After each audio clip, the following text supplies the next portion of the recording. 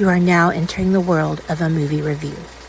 A world full of drama, joy, ridicule, movie spoilers, unpopular opinions, and adult humor for as far as the eye can see. Welcome to An Evening at the Movies.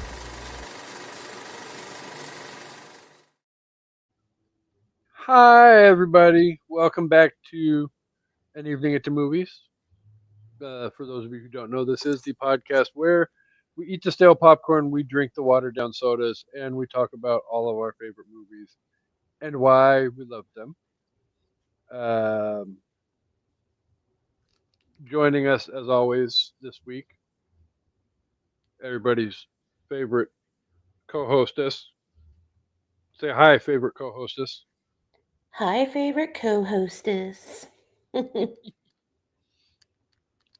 I'm glad my co hostess could take a break from getting ready as they start the preparations for leaving Casa de Vampire, the Yes. OG version. Well, the next house doesn't look like a vampire castle, so I think Casa de Vampire is just over. I'll have to come up with a nickname for the new house. Only because George got his way and you didn't get to paint the freaking inside of the swimming pool blood red. It will be lit up blood red when the time is right. Don't you worry. It better be, otherwise we're gonna have a freaking problem. I already I made sure when we designed the pool that when we change out the lights that color will be reflected regardless of the color of the inside of the pool. So, Damn right. So yeah. uh, we're still a little bit of lingering Halloween effects from Halloween Horror Fest. So you got a little bit of that before we get to the good stuff today. Well, not the good stuff because this week and next week we're doing something that's kind of sad and depressing, but um, Yeah. it's still going to be fun. So we're glad everybody is here to join us because um, I am currently pulling up my information to make sure I have the information correctly, but I believe it was I Allow myself so to introduce myself. That's what yeah, it's reminding me of. co-host Amanda. Um, That was from yes. Austin Powers. Again, that's one of those movies. How in the hell are we almost 5 years into this podcast and we still have not at least done one Austin Powers movie? Do not ask me. I know George would probably join if we did Goldmember, but I honestly the second one's my favorite. The Spy Who Shagged Me. Uh, Either way, so, they're funny. so rumor has it that they're supposedly in the works for a part four, Hmm. and a big part of my heart and soul really hopes that they don't do a part four because there's one thing that's going to be missing from that ever since part two has totally been a huge part of that franchise, Yeah. and Mini me. you you can't have Austin Powers without Mini Me. Yeah, I'm So sure. Hey, if we did Goldmember, at least when I'm singing the song and you say Goldmember, you'll have the right movie that time. It's Goldmember. It's Goldmember. For people that I mean, don't know, we reviewed Goldfinger and I got him to call it Goldmember because I couldn't stop singing that song. she did. I totally fucked that up, It was pretty funny. and it actually was pretty funny because I swore in the pre-show jibber jabber I wasn't going to do it, and then literally 2 minutes in when I introduced the movie, the Gold member. So, um, There you go. but brilliant idea so that we can get your significant other slash other half slash Andre the Giant back on the show. Exactly. Maybe next year when we do our theme year for 2026, um, one of our themes can be um, like movie spoofs. Oh yeah. Does that mean we could do Spaceballs again? I mean, we haven't video done Spaceballs before, That's true. so we could do that. We can Scary movie. scary movie, um, Austin Powers. There's almost the majority of the month scheduled right there. There's so many more, and I can't really think of them. But oh, Anything directed by Mel Brooks, crap! What's the one with Leslie Nielsen? Naked Gun, Naked Gun. Thank you. um, one of the greatest, Airplane. Speaking of yeah, Leslie Nielsen. Yeah. one So of okay, that's a good one of the idea. greatest spoof movies of all time, Young Frankenstein. Oh yes, it's Frankenstein. Well, duh, but Okay. Yeah, we'll have to add that to the list. That's a good plan. We have so 37 years of movies lined up for you guys. I mean, if you guys want to go back to the freaking, especially the beginning of this show and listen, there was like a whole 8 minute long segment at the end of every damn episode where I literally outlined everything coming up for like the next 6 months. Yeah, I don't think you So need to do that. I've gotten a lot better about You not have. doing that anymore. You And have. generally, I only go a month and a half into the future. We'll, we'll, well, no, I can't go any further than a month out now because,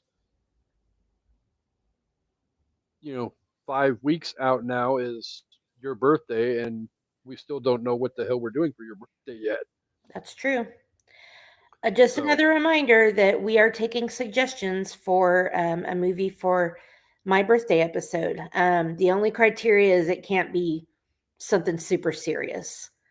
We're not reviewing Schindler's List or The Color Jana, Purple on my birthday. Like it needs to be fun. But other than that, I'm pretty open. oh, I tried to put the Green Mile on the list, and she shot that shit down No. just I don't like want to that. cry sad tears on my birthday. Is that too much to ask? Jesus. Well, I mean, I'll be 46. That's enough to cry. No, I'll be 47.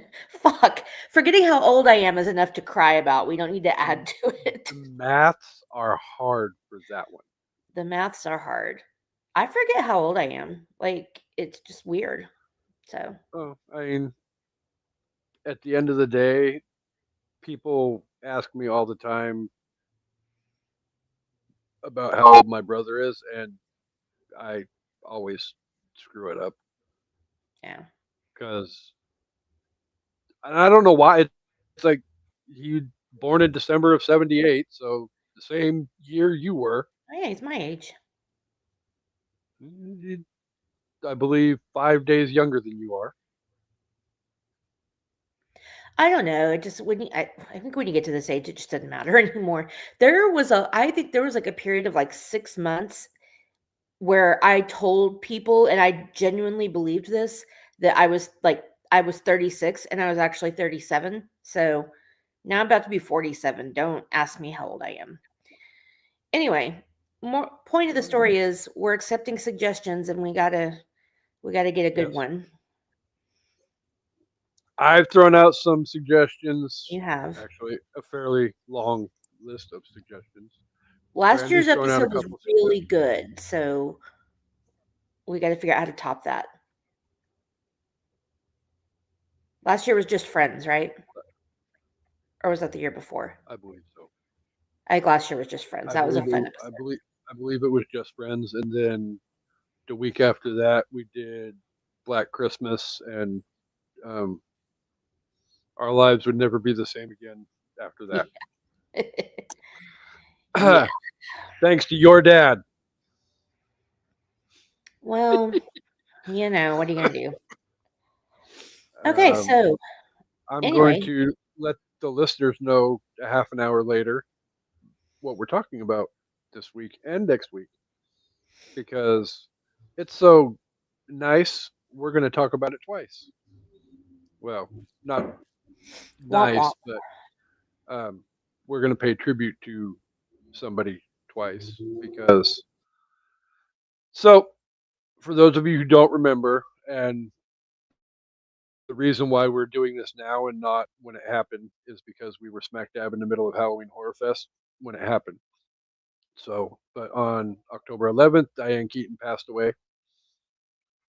To me, very unexpectedly because I didn't even know that she was sick, but she wasn't Yeah. very young either at the time. So, there is that too. I mean, it was unexpected for sure because, yeah, like it didn't know. It's like who died recently from like somebody else died recently that had had cancer for a long time and we had no idea.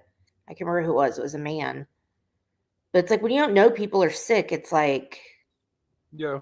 even though they're Well, older, it still is kind of like a shock. I mean, she wasn't 90, no, she was like 78, 79. something like that. The Oh. maths are hard for me. Mhm. Uh, But yes, we love 46, Diane Keaton. 54 plus 25. What? 54 plus 29 is, or 54 plus 25, 9, Is 79. 70, yes. Oh, So I was like, what are you, we doing right now? Okay, 79. Phew. I was trying to do the maths and figure it out. So, but yes. So, when it happened, everybody's favorite co-host and I had a discussion about how do we pay tribute to Miss Keaton, and I do believe um, what we could have done part two because we haven't done part two yet, but we'd already done The Godfather, Oh, yeah. so we couldn't go down that road. And at the same time, yes, she was a part of The Godfather, but I don't necessarily think of The Godfather as a Diane Keaton movie. Right. I mean, she had a bigger role in part two. So I would definitely choose that one over the first one. Oh yeah, and she had an even bigger role in part three. True. So, but I feel like, well, so when we were discussing it, Amanda said we have to do First Wives Club. Fuck yeah. My thought was Father of the Bride, and neither of the two of us were willing to give any ground on what we wanted. So We're doing both. we're gonna do both. So today you're going to get First Wives Club, and when next you see us live, you will be getting Father of the Bride, the Both original. movies are peak 90s cinema. So I think Oh we yeah, got to do it. absolutely. And this is one of those ones too where like I'm a I'm sure it'll come up in the next episode that we record. But um, even as great as part one is, I still enjoy part two as well. Oh, I do too.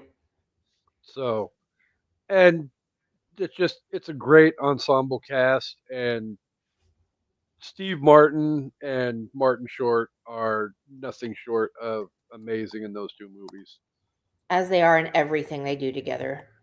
Oh, Three Amigos, Father of the Bride 2, that Only COVID Murders in Father the Building. that COVID Father of the Bride 3 that came out, Only Murders in the Building that I'm still working on getting caught up on, but I absolutely it's one of my favorite TV shows out there right now. So, but Yeah. yeah. So, we have to pay tribute to the late great award-winning actress Diane Keaton. Yes. So, with all of that said, um, First Wives Club, like I said, is what you're getting today and this week. And I will continue to ramble while I pull up my notes really quick because I have to bounce back and forth between 18 different things at one time. And um, You could just go old school like me and write this shit down.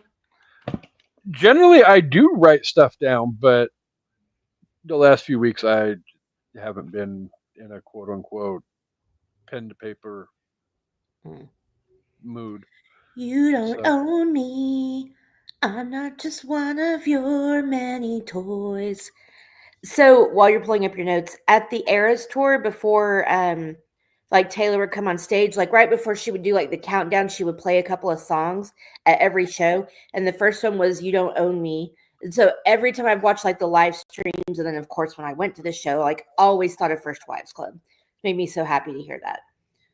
And then the second song was Applause by Lady Gaga, which just gets you pumped the fuck up. But yeah. well, you got to I get pumped the fuck up. Yeah. I loved being in the arena and screaming, "Don't tell me what to do. Don't tell me what to say." That All was right. fun to be a part of, is all I'm saying. Oh, I'm sure.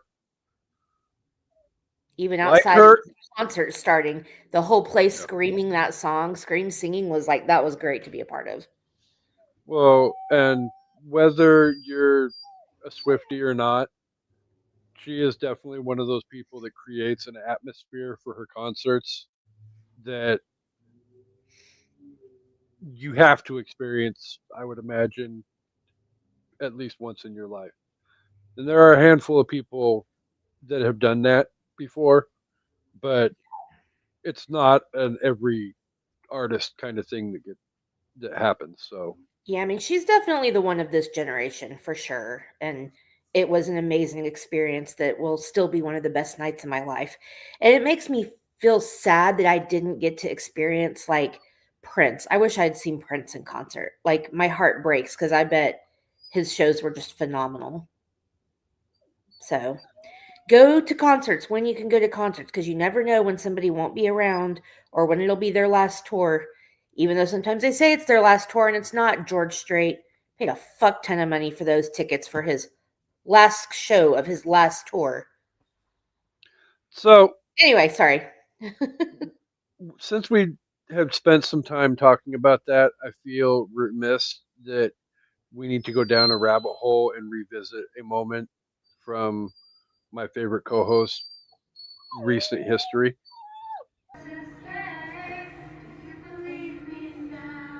She's gonna do it. No one likes a mad woman. Okay, now hit us with it, Taylor. My friend has guest Cassandra with Mad Woman every show.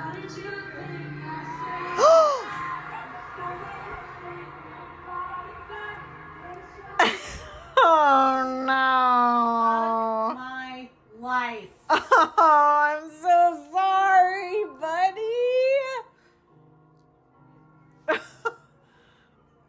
Oh no.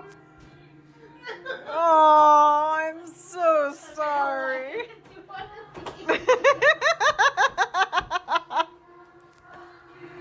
Damn it! I'm so sorry. You couldn't have saved this till tomorrow. She couldn't wait. She didn't hear you were coming. I feel like we need Uh, to stop showing that to people because I'm so fat. Nobody wants to see my fat ass cheeks flopping around the bed while I'm throwing a tantrum. hey, I enjoy it just Oh, because the fact that you literally were like one day away one day from away from my having Masha. that moment, because it's something that you had talked about. I know you had told me a few Yeah, times it is the that one I wanted real bad. if I'm going, I need this to happen, and then it happened the night before. Yeah. I'm like, I could literally walk to that stadium right now and listen from the outside. Like, she couldn't have waited one more night, but it's okay. My surprise songs were actually really good, so it was fine, but that was the mashup I had been waiting for. And I was very sad that I was in the same city and didn't get to see it. So Almost that's what my literally, tantrum was about. Sorry. almost literally right across the damn street. Yeah. She's there singing No One Likes a Mad Woman, and she turned me into a mad woman just for that. So, speaking of the city that you were in, though, before we get to the First Wives Club, Oh, um, I I do have to say a huge shout out to an amazing baseball team, the Los Angeles Dodgers, who just the other night, yeah. Saturday night even, redeemed my heart and soul by sending those little rat bastards home with no championship. Not that I'm bitter, because I am not a bitter person. Bullshit. Sorry. As I'm as tickle my throat. as, as the lady wearing the Oklahoma City Thunder shirt coughs up a freaking lung. Thunder up, Um, baby. so hats off. In all honesty and sincerity, though, hats off to both of those teams because that series was a hell of a lot better than I thought it was going to be. That was a So hard fought battle for sure. I mean, the extra innings in game 7, like to me, that almost makes it worse if you're the loser because it's like if you lose, like, 4-3 or not, but like 5-2 or something like that. It's like yeah, that sucks, but you made it. But to go to game 7 in extra innings and be that fucking close and then lose by 1 run, it's like it was right there. and Like that would keep me up at night if I'm being honest. that's not the only time they went to extra innings in that series either. Right. They played 18 innings in Game 3. Yeah. I would I yeah, I'm turning it off. I'm going to bed. I'd be like, yeah, well, let's phone this one in. Let's I really did turn pause it off and go to bed. I had Brandy texting me the whole time. It's still going. It's still go. I'm like, well, you can text me about it in the morning. And well, I stayed awake and waited for the damn text messages to come in. So You don't haven't know. made it all the way through Hamilton yet, but I got all the way through an 18 inning baseball game. Shows where your priorities are. It's whatever. Damn right. So, all right, no more rabbit holes, no more tangents. First Wives Club was released on September 20th, 1996. This movie is going to be 30 years old next year. It's insane. We old. Yeah. It was directed by a gentleman by the name of Hugh Wilson. It was released by Paramount Pictures. Had a budget of $26 million. Not, Hmm. I mean, I can imagine at least three people in that movie got paid. Oh, yeah, those 3 women were not cheap in 1996 or probably ever, but definitely not in 1996. Well, I mean, at the end of the day, there really wasn't a whole lot else going on effect wise or even cast Yeah. wise that required more money. So Yeah, I that's mean, it's New York City, and so you've got different places you gotta film, but other than that, it wasn't the music was good and probably, like, editing shit, but yeah, I gotta think a lot of that was the star power. yeah. It also had a box office of that 18 inning game had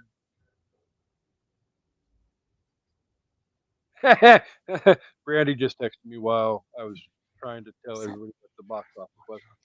So at a $181 million box office. And once Jeej leaves the bedroom, Sorry.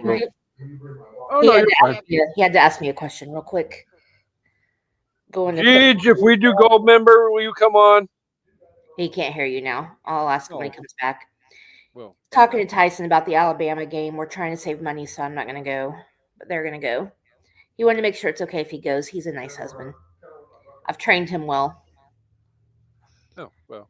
George, Casey wants to know if we review Gold Member, will you come on the show and do it? Yeah, I'll do that. Okay. Hi, Tyson. Bye, Tyson. Okay. Is your girl? Okay. Your girl, she, So, What is Griffey's problem? kids are getting out of school because it's conference week. Ah, So, while I quiet him down, I will let you put together an estimate for what you feel like the Rotten Tomato score for this movie is. okay. Well, I feel like that if this were Rotten Tomatoed in the 90s, in 1996, I don't think people were still fully on board or ready for the feminist masterpiece that is this movie. Reviewing it now, I'm hoping people are kinder. So, tomato meter, I'm gonna go 72%. And popcorn meter, I'm gonna go 83%.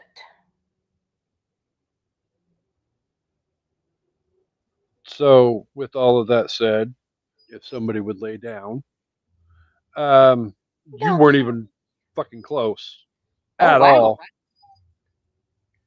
Where are they low? That's gonna bum me out.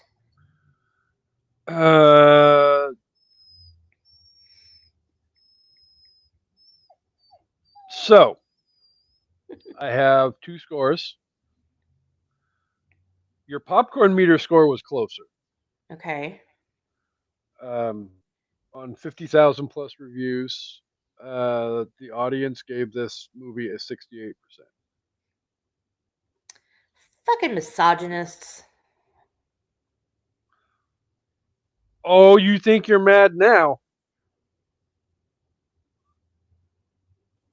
This is the one that you freaking were not even in the same ballpark for. Yeah, I'm scared. The bonus is on 75 critic reviews. So it wasn't a whole lot, but this movie got a 49%. Oh, fuck the patriarchy. Right in the asshole. That's what this is. Misogyny is alive and well. Nobody likes a feminist icon. So, Okay, to be fair, I'm like 70% serious. But honestly, this movie is not 58%. Like what in the actual fuck? This is a very enjoyable, fun movie that you can't be 49%. 40. Oh fuck.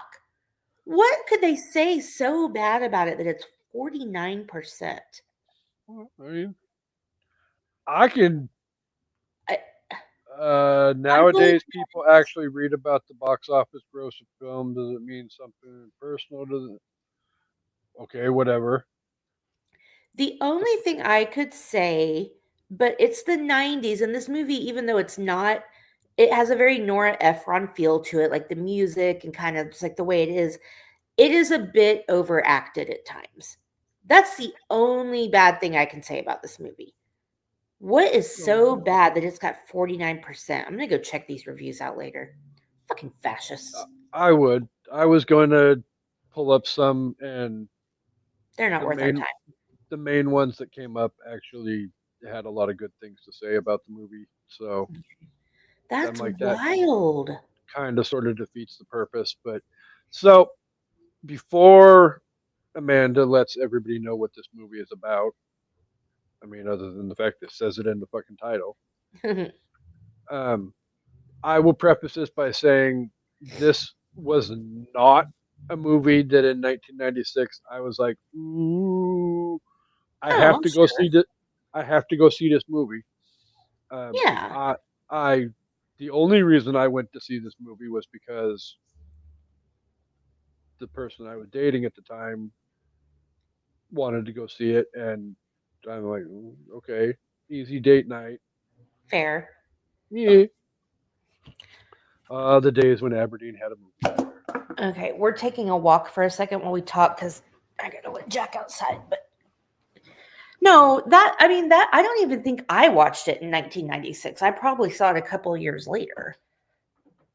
But So wow, I actually, this was like a heyday renaissance of me getting to see movies in the movie theater right? because generally right before this, our Sorry, movie everybody. theater was our movie theater was so out of date or outdated that we wouldn't get movies until like 2 months after they came out. Yeah, that makes sense. So about this time, we had First Wives Club came out when it came out, like on release day. Everybody's just doing a Scream, blind tour of my house right now. Casa de Vampire, I will miss you. I saw Scream release weekend. I saw People versus Larry Flint on release weekend, and that's one of those movies too. Tangent while Amanda gets reset back up again. I'm good. Everybody knows how much I can't stand Courtney Love, but in People versus Larry Flint, she definitely delivered a very surprising performance. Yeah. So All right. Well, the First Wives Club. Again, yeah, it's a pretty simple description, but they're not second wives. despondent over the marriage of her ex-husband to a younger woman, a middle-aged divorcee plunges to her death from her penthouse. At the woman's funeral, her former college friends reunite for the first time in nearly 30 years. When the three discover the reason for their friend's suicide, they realize that all of their ex-husbands have taken them for granted and decided it's time for revenge. They make a pact to get back at their exes. Dun-dun-dun. Yeah, I mean that's probably about the best way to sum up the whole plot of the movie without spoiling anything. And well, Right. like we said, this movie is almost 30 years old, so Yeah. So spoiler alerts all over the place. since we kind of already touched on it, the first thing I kind of want to bring up is the fucking star power in this movie. Then, but even now, like all So of the literally, just the four wives alone: yeah, Stockard Channing, Goldie Hawn, Bette Midler, and the late Diane Keaton. like Wow. big box office money, big paychecks, Yeah. and Stockard Channing's only in the movie for like 3 minutes, but still, but Oh, we're gonna get to that too before we wrap up this episode. you just okay. So even okay in the 90s, you still got Maggie Smith, Stephen Collins, Dan Hedaya, Rob Reiner. These are all faces and people that we know.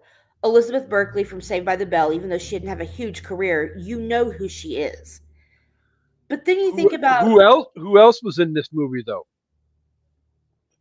well, yeah. So then you've got other people who weren't that famous then, but that are famous now. Sarah Jessica, Mickey. huh? Mickey. I know. Yeah. Timothy Oliphant, Sarah Jessica Parker, Marcia Gay Harden, Victor Garber, who I've always had a crush on. Oh, he's one of my old guy crushes, but he's gay in real life, so I can't have him. I mean, even just like the J.K. Simmons is in this for a minute. Like, even just lower Kathy level Lee people that are, Gifford. yeah, Kathy Lee Gifford, Ivana Trump, who gave us one of the best movie lines ever in this Don't get movie. mad. Take Get everything. everything. So yeah, Well, evidently she didn't take watching it everything. clearly. I mean, in 1996, this movie had a lot of star power. besides the women, Dan Hedaya is coming off of Clueless. Stephen Collins is, is that actually? I think this is pre Seventh Heaven. Now that I think about it, it is. So he wasn't that Yes. famous, creepy guy. No, but This is it's pre Sex in the City, but Sarah Jessica Parker was still doing some stuff. Seventh Heaven was literally like right on the horizon. Like there was a light at the end of the tunnel that was Seventh Heaven, and bam, Yeah. 11 years later, then everything all comes out. Ugh. But yeah, watching it now and recognizing all these famous faces that weren't that famous Mhm. back then is awesome. It's crazy. Which leads Yeah, me into my next thing. Could you imagine when I have always cringed at this part in the movie, but today it really like hit me how awful it must have been. Could you imagine being Sarah Jessica Parker, who's done like what, 3 movies maybe? She was in Footloose, she was in Honeymoon in Vegas, which may have been before or after this. She wasn't a big star yet. before. This is pre Sex in the City. Could Yeah, you her imagine? career took off with Sex in the City. Yeah. Could you imagine playing opposite the Bette Midler and having to make a fat joke about her to her face? I would die dead. Like, I Nope. don't think you could have gotten me to make that joke. I would love for somebody to interview Sarah Jessica Parker and ask her about that, because I would want to crawl into my own body and die after having to say that line. I mean, Oh God, I feel so bad for her. I spent years in high school in the theater, and I understand the whole character, and it's not the real person doing it; it's the character doing it, and all. I mean, that's how we justify the whole how you can be married to somebody and kissing somebody else, Right. blah blah blah But blah blah. But still, I would be terrified to call Bette Midler fat, because she doesn't because play. I don't personally, for me, I don't consider Bette Midler to be fat. Oh, she definitely isn't and wasn't in that movie, but Sarah Jessica Parker was a twig, and of course her character is a dumbass Totally is. little She's twit who doesn't know anything from anything. But 20 something, late 20s, early 30s at the time. And oh, 20s, I'm sure. yeah, well, I mean, she was what a high schooler in what 84 when Footloose came out. So But yeah, I had such like secondhand embarrassment, and then also like just wished I could give her a hug after I watched that again today. I was like, I could not imagine being in a room with Bette Midler and having to say that to her. Like, I it's honestly, if I was a female actress or actor, a female actor, I would have a hard time sharing camera time with any one of those oh 3 women. yeah, I mean, they're all insanely iconic and some of the greatest female actors of all time. yeah. I know it's not the same, it's not as high of a level, but to me, that was, like, pretty close to as being as bad as being an actor and having to, like, call a black person the N-word. Like, not as bad, but, like, as a white person, if I were an actor and I had to do that in a movie, I don't think I could do it. I really don't. Like, Well, I seem to remember seeing a TikTok where I believe it was Jamie Foxx yes, in talked Django, I think. talked about um, Leo struggling to be able to use the N Yeah, word in Django. and he was like, "No, give it to me. Say it, say it, say it." I'm like, "I don't And think I could do again, it." back to the point of it's the character saying it, it's not Leo Yeah, saying it. And that's the argument that Jamie Foxx had to keep beating him over the head with is right. it's not Leo saying it, it's blah blah blah blah blah. I think for me, for that particular word, I don't know that I can make that word leave my mouth. I really don't. I mean, I guess if you're paying me a couple $1,000,000, I probably could. But yeah, I still don't know if I could. I mean, It's yeah, just I just it's I one of don't think I those could. I couldn't look a black person in the face and call them that, even if we're acting. Like I don't think I could do it. So props to the It's actors and props to SJP for being willing to call Bette Midler fat right to her face. yeah, no, I couldn't do it, and yeah, it's one of those that I've had strong enough mentorship in my life and people raising me that have instilled that kind of value in my brain that Yeah. that word shouldn't ever touch the tip of your tongue, let alone come out of your mouth. If only more people had that mental block like we do. Um, Considering, well, I mean, even dude who lives at 1600 Pennsylvania Avenue. Um, no politics on an evening at the yeah. movies, though. Okay, so sorry. I know I'm like talking a lot. There's one more thing I want to say while we're kind of on that subject about what you said about like I don't know that I could perform opposite any of those people. One of my favorite things in this movie is Elizabeth Berkley's character. I've already forgotten her name. I want to call her Monique because that's the character she's going to play, but she's Yeah. so obsessed with Elise and she's like fangirling over her and like she's at the play jumping up and cheering like she it's like she doesn't even make the connection that she's fucking her husband. She's like so obsessed with this woman. And I just really hope Elizabeth Berkley was like that in real life. Like she had to be fangirling, acting opposite Goldie Hawn. Like, come on. Well, and I can imagine coming off the movie that she was coming off of at the time. Oh, Versace. Because there was an awful lot of hype behind that movie, and that movie fell flat on its face. It was so bad. For people who don't know, we're talking about Showgirls. Yes. It was awful. Please, please, please, people, I beg of you. You all know the rule on an evening at the movie. Do not ever request that movie. Okay, I'd drunk review it though. Maybe I will do that. That might be my next TikTok adventure. Elizabeth Berkley's not a bad actress. She just hasn't gotten a lot of good opportunities, is my opinion. Well, And Showgirls did not help her case. no, and unfortunately, Showgirls was one of her first big breaks. Right. It was her first post Saved by the Bell thing. Yeah. So yeah, coming out of Saved by the Bell, having a lot of momentum with that, going into Showgirls, which Yeah. I swear to God, Brandy, don't you? Okay, well if Brandy's texting you, why isn't she just commenting?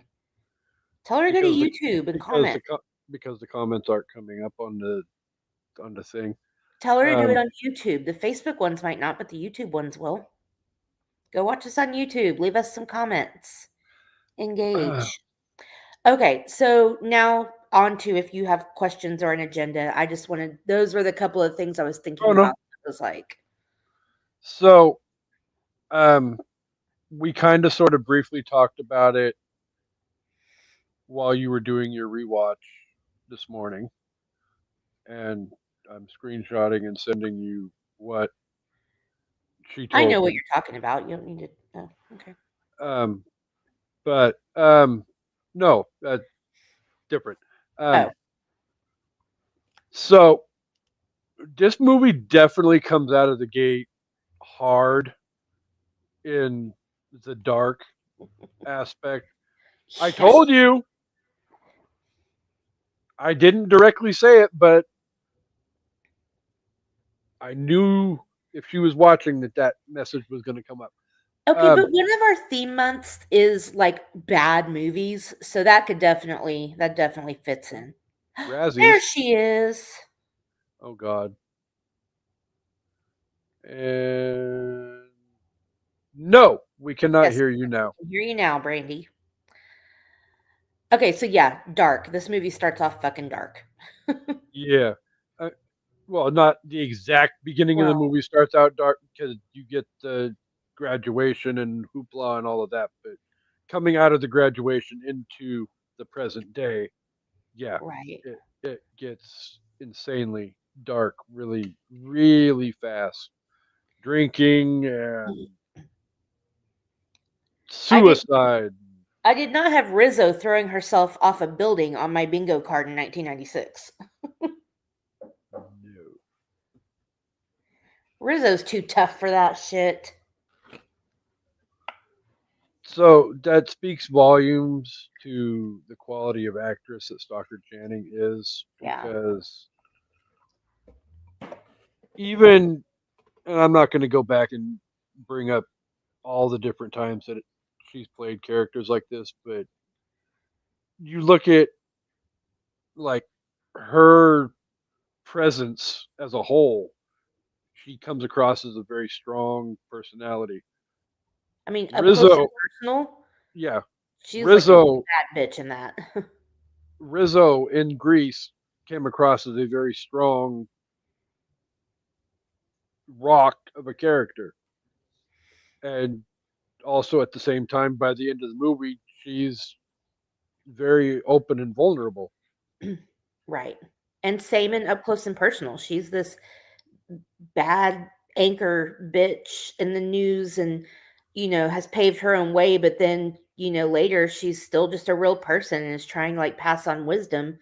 It's like, sorry, I love that movie. It's so underrated. Man, Stockard There's Channing and Robert Redford both gone. Meh. in the same. But like, Wait, Stockard Channing's gone.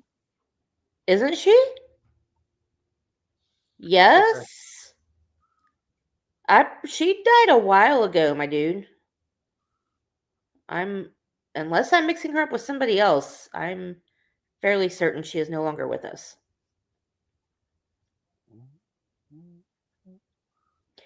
I Not know. according to this.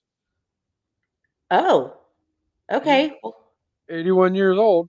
I am insane and I am sorry. And can we please protect her at all costs? That is my bad. I really thought she died. No, and once you started down that defense, I was like, maybe. No, I'm mixing her up with someone else. Clearly, I feel like never mind. It doesn't matter. She's alive and I'm happy. Um, I know that that moment in the movie is dark, but I feel like we needed it because there's really only like one other moment in the movie that's like that. This for the most part, this movie is really fun and cheeky. It's got some great one-liners, and even though they're all, sad about their husbands leaving them for younger women and whatever, Yeah. it's not that serious. So I felt like we did have to have like those couple of moments because that's a devastating thing. Yes, this is a funny movie, but at the end of the day, can that's a thing that was definitely happening and probably still happens, and vice versa, I'm sure. But when you devote your whole life to someone and they leave you for someone half your age and you've given them everything, it's like that's devastating. So Yeah. I'm glad they didn't dwell on that moment for long, but I do think it was important to set the tone for what they were going to do in the movie. Well, I mean, that's one of those things that I feel like you have to make a lasting impression to really set the stage. Otherwise, it just kind of sort of seems tongue in cheek Right. as to what's going on with the ending. Okay, it sucks, yeah, that your husband's cheating on you, your daughter's a lesbian, your kid's getting bar mitzvahed and doesn't want to learn the text, and Hebrew. yeah, all Well, that crap. the lesbian thing wasn't bad to the mom. She was just, I love that the girl was using it to, it's like, I'm going to tell daddy at just the right time. And like right before he walks in that room, he's like, I can't take any more surprises.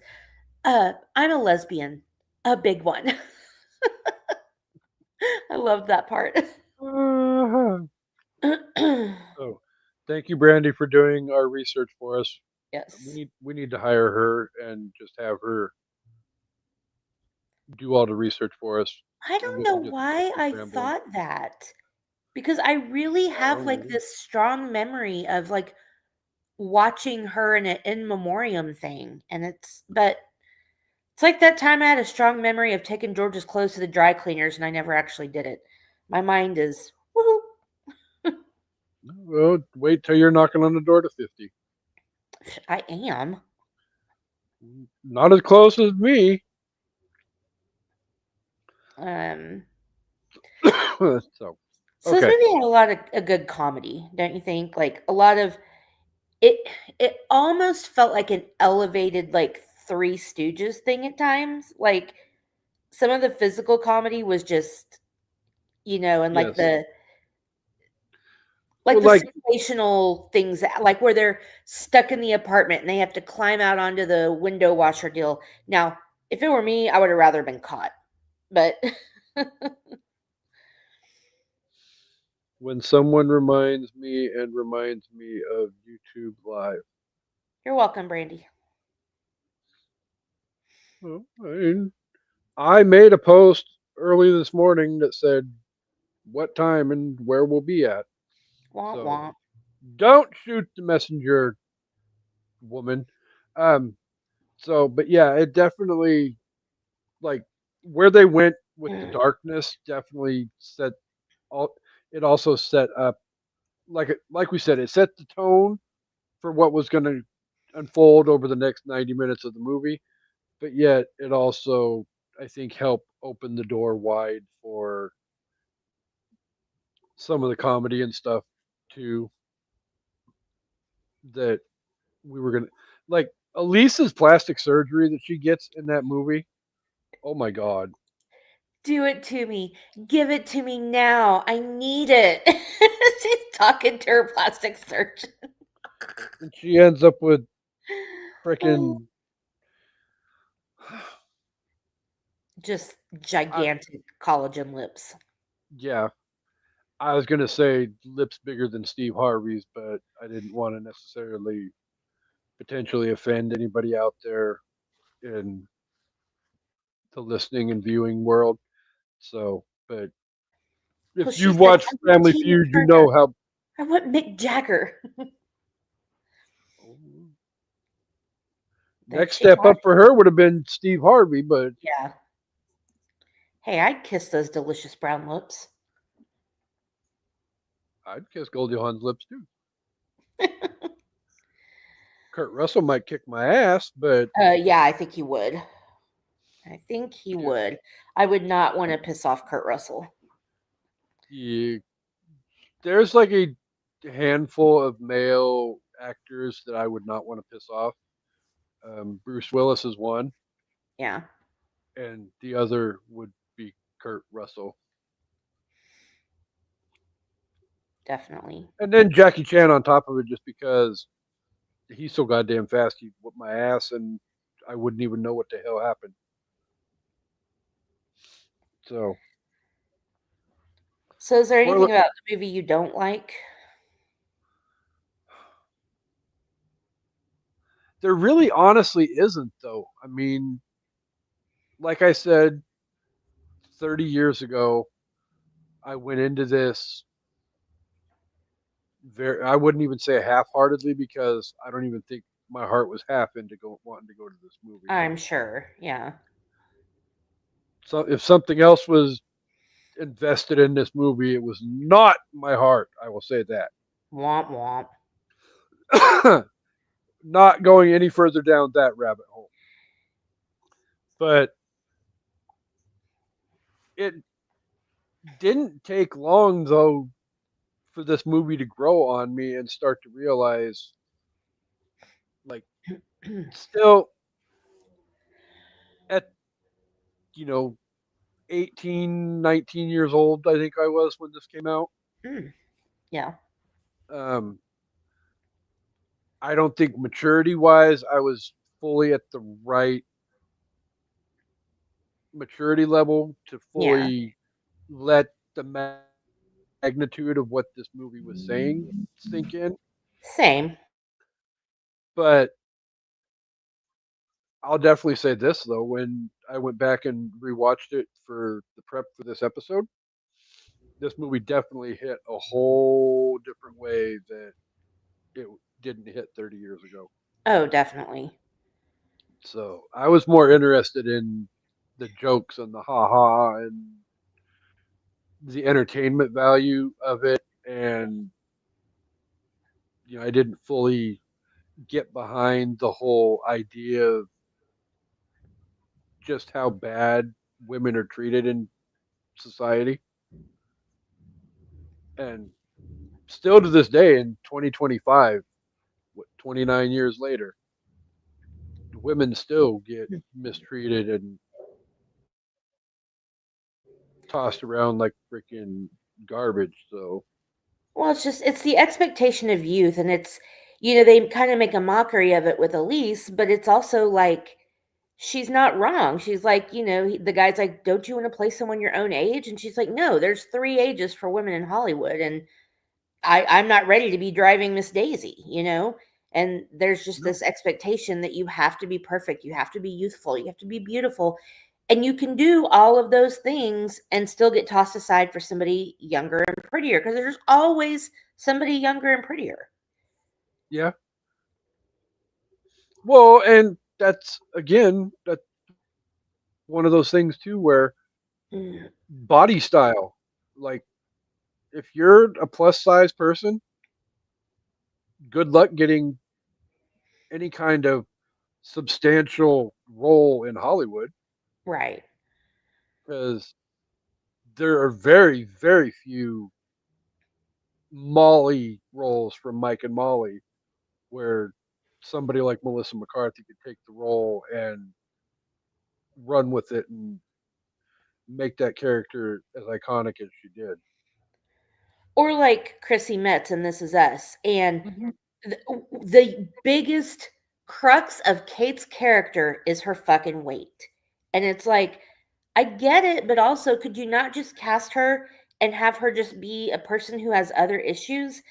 Like, so yeah, if you're an overweight person like that and you get cast in one of those roles, it's probably going to be about your weight.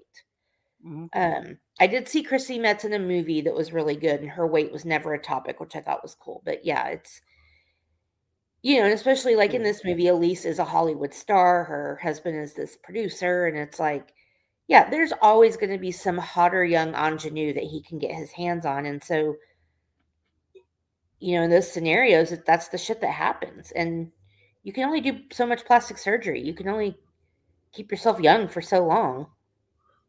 Yeah. I mean, Father Time is a bitch, and Father Time is also undefeated in competition too.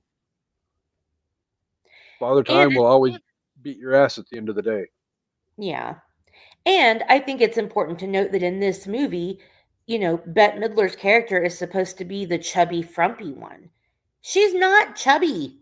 Like, I'm heavier than she was in this movie. Like, I mean, I'm chubby. But what I'm saying is, it's like she wasn't, she just wasn't stick thin like Sarah Jessica Parker or Elizabeth Berkley, but she was also close to twice their age.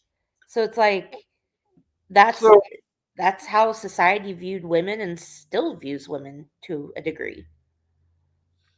so I'm out of practice definitely with the comments, so I'm catching up as we go. But um, Brandy is in full support of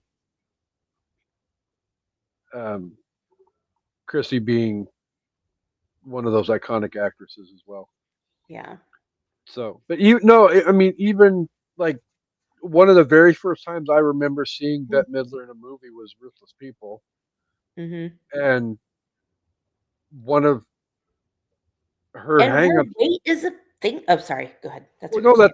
that was what I was going to say. Was one of the hangups of her character in that movie is she's fat. Wow. Mind you, her husband in that movie is Danny DeVito.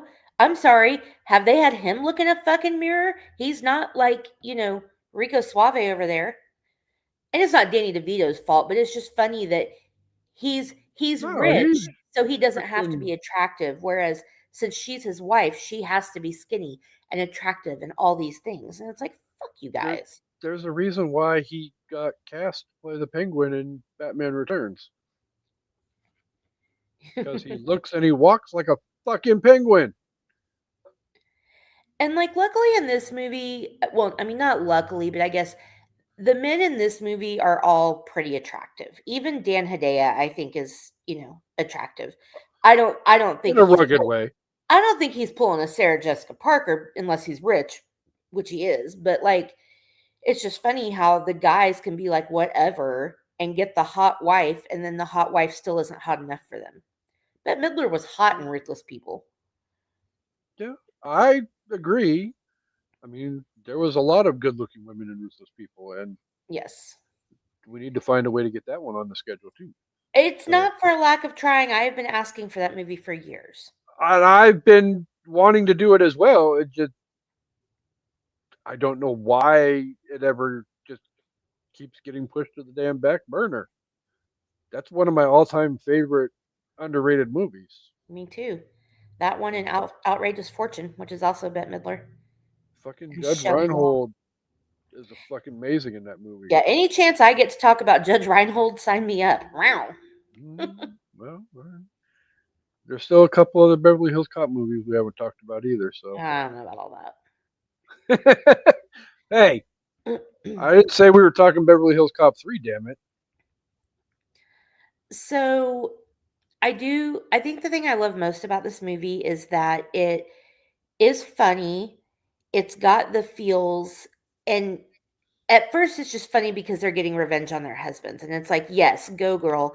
But then they kind of finally realize if that's all we do, we're not any better than they are. And so they use what they have going on, and they use the money that they get out of their ex-husbands to build this beautiful platform and this center to support women with depression and women that have been abused and just like all this stuff. Like, Mhm. they don't let Cynthia die in vain, and it turns out to be a really beautiful thing, despite all the, kick-ass badass bitch moments. It's like at the end of the day they do the right thing, and they really like, come It together, and it's becomes just beautiful.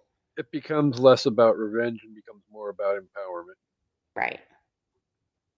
It's more about helping people. So And that ultimately, at the end of the day, is what I finally ended up getting out of that movie. Where, like, as a younger person watching this movie, it was all revenge. mhm. And the But one-liners. well, yeah, I mean, there's some great one-liners in this movie. But You think because I'm an actress, I don't have feelings. I'm an or Chuck, because I'm a movie star, I don't have feelings. I'm an actress. I have all of them. Goldie Hawn is so extra in this movie, and I love it. yeah, I mean, I think other than the stuff that you brought up, though, one of my other favorite aspects of the movie is the fact that they find the perfect amount of cheese and deliver just enough cheese to make the moments in the movie more enjoyable, and they Mhm. don't go over the top and make it too cheesy. Yeah. Even like the whole um, song and dance routine, Yeah. It was because cheesy, but it's iconic. it was, but at the same time, it wasn't too horribly cheesy. Like, there's a reason why if you were on Face or on not Facebook but TikTok when um, Diane Keaton passed away, that was one of the things that all the damn TikToks had was that song and dance routine Because it's from iconic. You Don't Own Me. Yeah. Um, I appreciate the fact that they didn't just give it to you at the end the way they gave it to you without setting it up with the Right. whole tease and the fail and all of that from like the middle of the movie. Yeah. Yeah, that was funny. So it definitely made it funny. But yeah, no, again, like Bronson Pinchot in this movie was cheesy as hell, but still, I laugh my ass off anytime Bronson opens his mouth because Oh yeah. I think he's the man that made me fall in love with funny accents as a kid, Oh yeah, for sure. going all the way back to Serge and Balky, and Yeah. it's weird to see him in something like Risky Business though, and see him actually use his legitimate voice. And I mean, it's Oh, like I know. It's so weird to hear him use his real voice. yeah, it's like the same thing when like the I saw the one TikTok about the guy who thought Pat Morita talked with a Japanese accent or an Asian accent, and then to actually hear his voice and realize that he has no Right. Asian accent at all. Yeah. He sounds very American. So Yeah. I will say, even though their parts were small, I thought Balky and Professor McGonagall brought oh yeah, amazing part to this. Like when she has SJP's character over for lunch, and she's like trying to compliment her, but trying so like she's like rolling her eyes and like trying so hard not to cringe at her. And then them at the art show, like even the secondary characters and tertiary characters even in this movie are hilarious. yeah. I mean, it's a well put together movie from top to bottom. Definitely. It's an intriguing story. It's well acted. It's well directed. There, I personally don't think there's anything to hate about this movie. Yeah, I don't either. It has a lot of heart, and you get the couple of dramatic moments that you need, because you got to have those. You got to have the part where the girls fight, and I do laugh when they all slap each other. But then, like I cried when Elise comes to Brenda's apartment, and she's like, "I don't want to be like Cynthia," like that really made me cry because she's like finally realizing, Yeah, she's an she's alcoholic. well, yeah, and she's standing on a cliff right now, and she can either turn around and go back and not be that person and go over the cliff, or she can go over the damn cliff. Yeah. She's still so funny. This is a golden globe. It's sacred. Oh my! Um, I love the amount of no nonsense brilliance that Bette Midler brings to that movie, though. oh yeah. She's As she like does everything. as much of a quote unquote fangirl as she plays in the movie, and she's very got stars in her eyes and all of that, especially when it comes to Elise. But she's not putting up with anybody's crap. Oh no, definitely not. Even like her ex husband, she's one of the first ones to really put her foot down and be like, "Fuck you." Yeah. It's this or jail. Take your pick. Yeah. Well, and she's got quote unquote the mafia backup behind her. Uncle Carmine threatening to have him killed at their son's bar mitzvah is hilarious.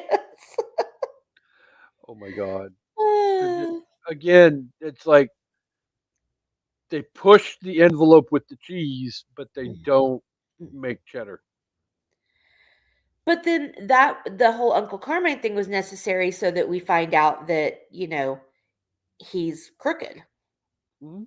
Morty is, got his start to his business with the help of the mafia by, all of his inventory was stolen off trucks, so that's important to Brenda getting what she needs out of him.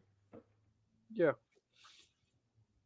So, So um sorry, I'm pouring wine, like, terrible. Um I will say that's a big ass freaking box of wine, co-host. it's not that big. I mean, I don't know, it's your standard, what, Okay, hold on before you say anything a else. soda box. Would you say that that's a mega pint? I would say it's a mega pint. Okay. I didn't pour a mega pint, I should have, but Mm. I was gonna Uh, say though, watching it today when they perform the song at the end and they go outside and they're all walking down the street still singing and they're all wearing white, that made me tear up. That was kind of like thinking of, Diane Keaton being gone and like whatever, like that part of the movie definitely hit different watching it this time. well, because that's one of those things where I don't think until, and I'm not speaking for you, I'm speaking only for me, but like with especially with those three, and there's probably other people I could add to that list as well, but I would say I never really felt like those three, like there was a life expectancy on, and I figured we're always going to have Bette Midler, we're always going to Yeah. have Diane Keaton, we're always going to have Goldie Hawn, and you know, And we're one not. down, two to go. Not trying to put that juju out into the Yeah, universe, but let's not. Let's put all the protective bubbles around Goldie Hawn and Bette Midler because, yeah, yeah, because at the same time, all three. icons. Well, I mean, even you throw Stockard Channing in there. I mean, they're all right in that late '70s, early '80s age range.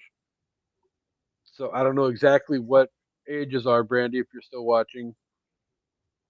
Um, I mean, I think but Bette Midler and Goldie Hawn have to be late 70s. I don't think they're in their 80s because I think Stockard Channing was probably the oldest one of those women at that time. I actually want to say I think right after Diane passed, Bet was on Colbert, and I think she said she was like 82 or 83. Oh, okay. All right, Brandy, So, search it up. so Brandy, if you're watching, please, please, pretty please, at least Bet Midler, so I know whether or not my estimation was correct. Yeah, But I'm not. I mean, these three actresses, but and not to disparage Diane Keaton, but Goldie Hawn and Bette Midler are in some of my most favorite movies of all time, and Diane Keaton too. But like Goldie Hawn was a staple growing up, and yeah, is still amazing. Bette Midler, I mean, Beaches and Hocus Pocus are like probably top 20 movies for me, or at least top 50. I mean, they're some of my favorite movies, that I've seen a million times. Overboard and just I don't know, I'm just not. Oh, so both Bet and Goldie are 79. oh, There you go. thank you, B. I appreciate it. Thanks, Um, Brandy. so is there anything else you would like to cover before we get to our top fives? No, I don't think so. I'll say my piece in the review, but oh, real quick, awards. Didn't really get nominated for anything. The American Comedy Awards, which is not something I know much about, but all of the women were nominated for funniest actress, and the movie was nominated for funniest film. But other than that, there was nothing else. So, So, all right. all right. As always, ladies first. What do you got for us? And Brandy said I did. You did what? All right. So, for my top I'm 5, confused. I I assume we're doing our top 5 Diane Keaton movies next week. So I did not do that today. I did top 5 female revenge movies. And I actually didn't check with you to see what you were doing, so I don't know. I'm assuming you're not doing the same Not as me. not Okay. female revenge movies. All right. So honorable mentions first, and actually one of them is Ruthless People. um Great, So honorable, great fucking movie. yeah, honorable mentions: Ruthless People, She Devil, 9 to 5, and John Tucker Must Die. My top five. Number 5 is Thelma and Louise. One of the ultimate revenge plots. Sad ending, but also just a fantastic movie. My number 4 is a tie between two movies because they're basically the same movie. My number 4 is An Eye for an Eye and Peppermint. And Peppermint is way more hardcore, and she loses her whole fucking family, so it's different, but the plot is the same. Kid family gets killed, the killers go free, and the mom takes her own revenge. Badass movie. Number 3 is Gone Girl. Yes, Amy was a psychotic bitch, but you know what? Don't cheat on your wife. Like, Yeah. faking your own death to frame your husband for your murder because he cheated on you is top tier revenge plotting, and I'm here for it. Number 2. Oh, okay. Sorry. I was like, what's my number 1? Number 2 is The First Wives Club. Love it. Love the revenge they got. Love the ways that they were able to seek it out and make those guys piss their fucking pants and then turn it into something good. So, and then number 1 is Promising Young Woman.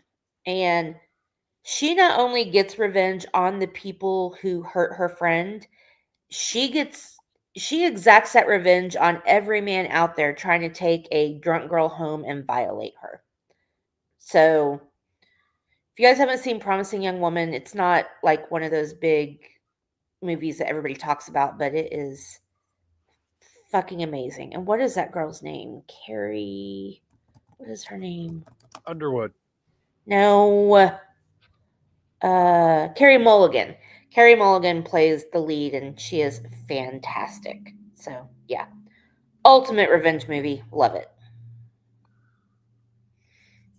So, okay, I kind of sort of went in the same direction as you, but didn't go all the way in the same direction as you, if Okay. that makes sense. Well, I'm Um, sure it will in a minute. well, no, because once I say the name of my list, then you'll know what I'm talking about. Um, I went with empowered female characters. Ooh, good one. Okay. So, um, my honorable mention list for this honestly could be a mile and a half long because Yeah. Let's there keep it short. are some great, like, I have 5 people on my list, and I feel like that's barely even scratching the surface for empowered female characters. So it's I'm not gonna lie, that actually might make a good, interesting topic for the SIP list. We've actually done that on the SIP list. I don't know if you were a part of it, but it's been done. But Mm. can always do it again. Part 2. The list is long and distinguished, and Exactly. I mean, it could definitely be. Uh, so, okay, my honorable mention number 1 is going to be Mulan Yes. from the movie Mulan. And then we'll go with one more honorable mention. And we'll go with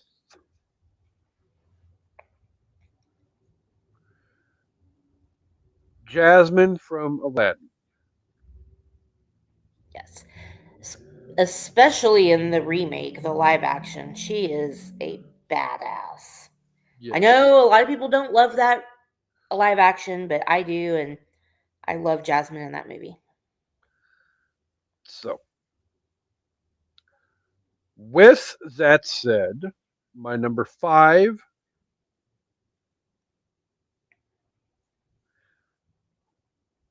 shout out to a very early movie there'd be early-ish movie that we did or was recommended we do on an evening at the movies, but got delayed a little bit because I drug my feet. But it is what it is. Coraline Jones Yeah, yeah. from the movie Coraline. I didn't even know she had a last name. I remembered that. And let's see, number 4 was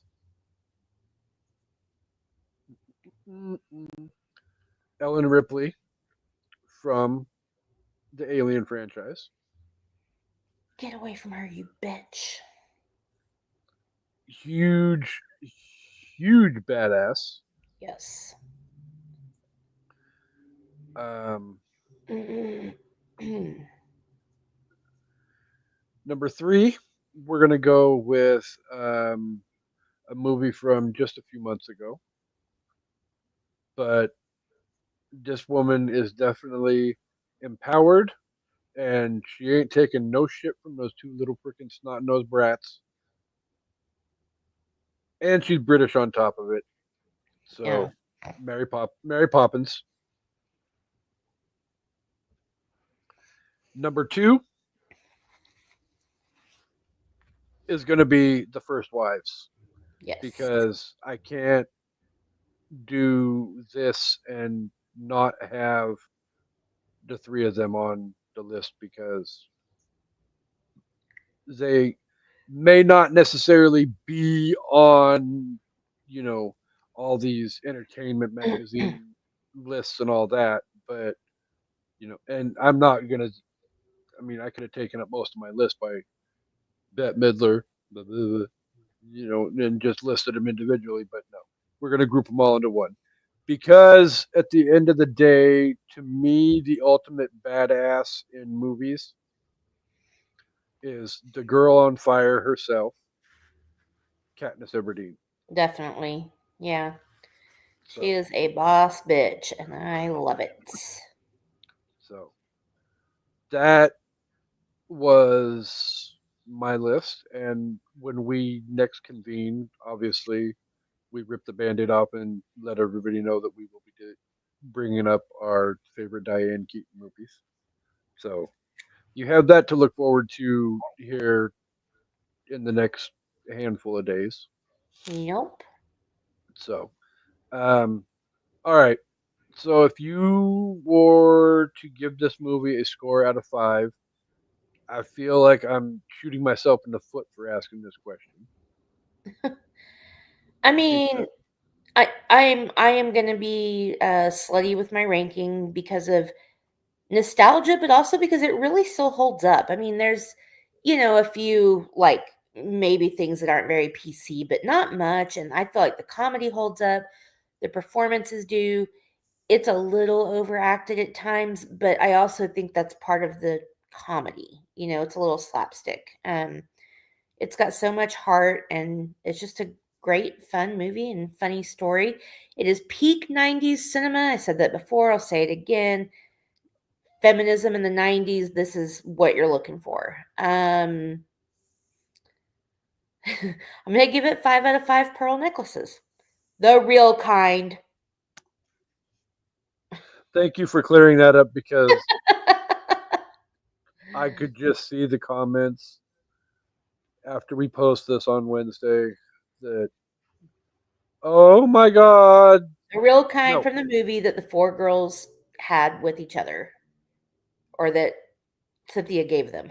I can still go in the gutter with that, but uh, I mean, I could have you clip that and we could send it to Papa Palpatine and see what he says. But yeah. It's 5 out of 5 pearl necklaces. What? What? so, okay, much like what my awesome co-host said,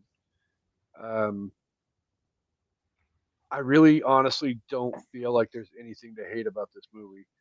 Um, Again, there may be some things that aren't as PC as today as they would have been back then, but for the most part, everything stands the test of time.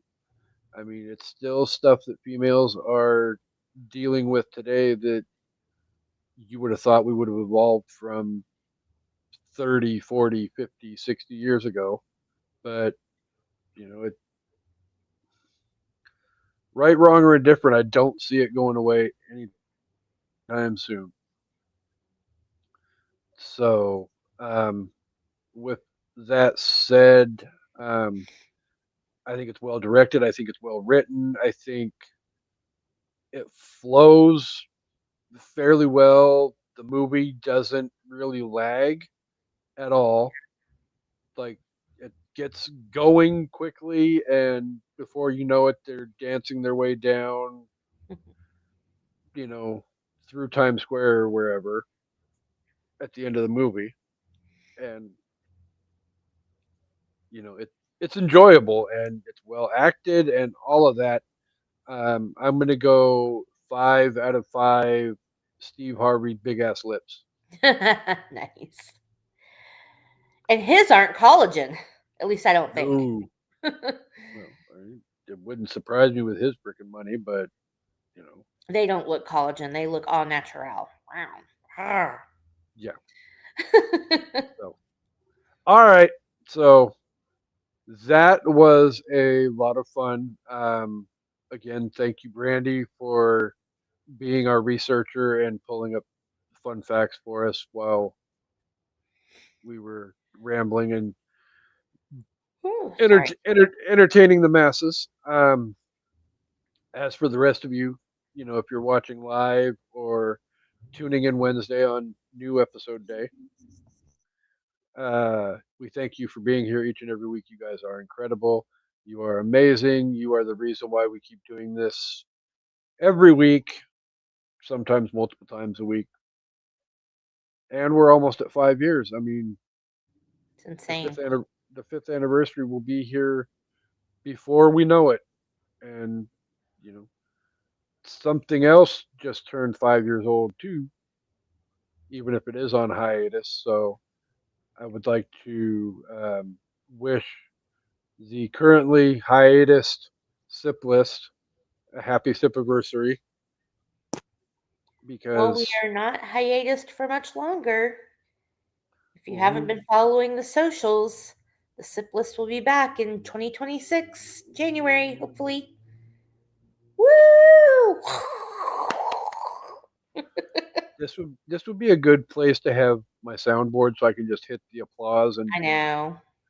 all of that. I got to get that figured out.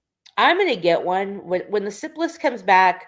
We're coming back hard with funny clips and soundboard things and all the other things. I don't know.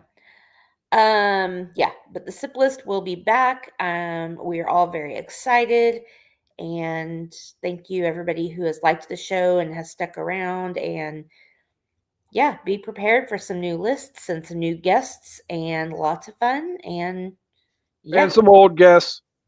and some old guests. Some um, what was the? Never mind. I can't think right now. I've had too much wine too fast. The SIP list will be back with all the usual people and hopefully some new people as well. Um, so we're very excited, or I'm very excited. But Well, I think I speak for Casey when I say we are very excited. I'm excited. I missed being on the sip list, and um, I, You can blame my house builder for it not being sooner. and yes, everybody, Brandy has been here from the get go. Thank you, Brandy. Yes, Brandy is an OG, and we love the OGs. Brandy is She's probably an OG sipper, the OG of the OG. definitely. I can't wait to be in my new office and have the diamond painting that that Brandy made me right behind my head. Uh, I know. I've got the yeah.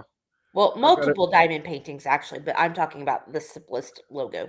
I So believe she did a Michael Myers one for you too. she did. She did a Halloween one and then one with a bunch of the serial killers, which those are going up in the media room.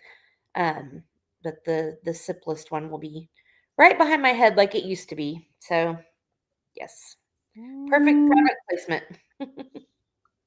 So once you get moved into the new house, we will expect a tour. Yes. So, um, so as always, coming up on an evening at the movies, though, we have a lot of fun stuff planned for you over the next month, and maybe by the time we get to recasting Rosemary's Baby, we'll know what we're doing for someone's birthday.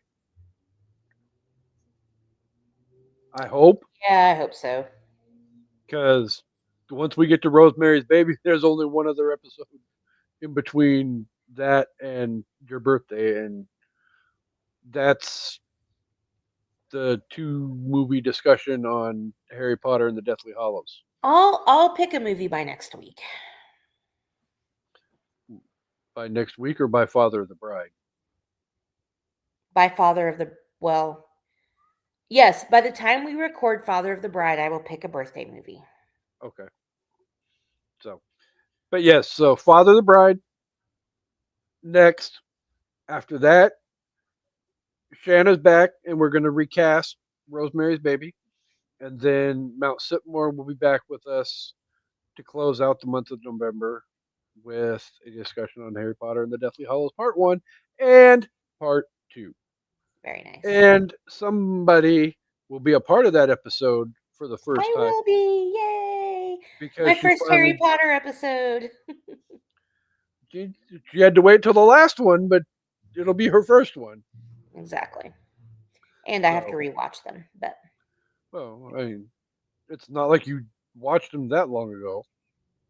no, that's true, but I definitely need to watch them again. Like just the last Well, two. there's a lot of stuff that happens in those last two movies. Yeah. And Brandy says, "I have ideas." He. Uh-oh. For my birthday movie? Okay. Well, I'm open to I ideas. gave you, I gave you the couple that she gave me, Oh, okay. Then I have those. I'm keeping a and I'm list. sure she probably has more. But we would like to get as many people to have ideas as possible. That way, we can include as many people. Well, here's what we'll do. Oh, I'll put a small list together and we'll create a poll on the socials and people can vote. Works for me. So, with all All of that right. said, we cannot again wrap up this episode because it is a tribute to Miss Keaton without definitely 100% saying rest in peace, Diane Keaton. Yes. You will be sorely missed.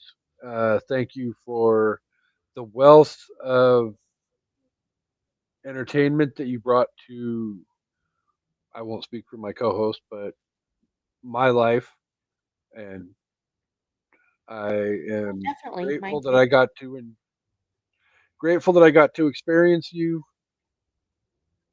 on the screen. Um, with that said, though, I will turn the floor over to the co-host, and she can say her piece and take us home whenever she's ready. All right. Well, thank you guys for watching and listening and commenting and all the things. And we hope you enjoyed this episode and we hope you come back for an evening at the movies. Goodbye. Drink Pepsi. You don't own me. Don't try to change me in any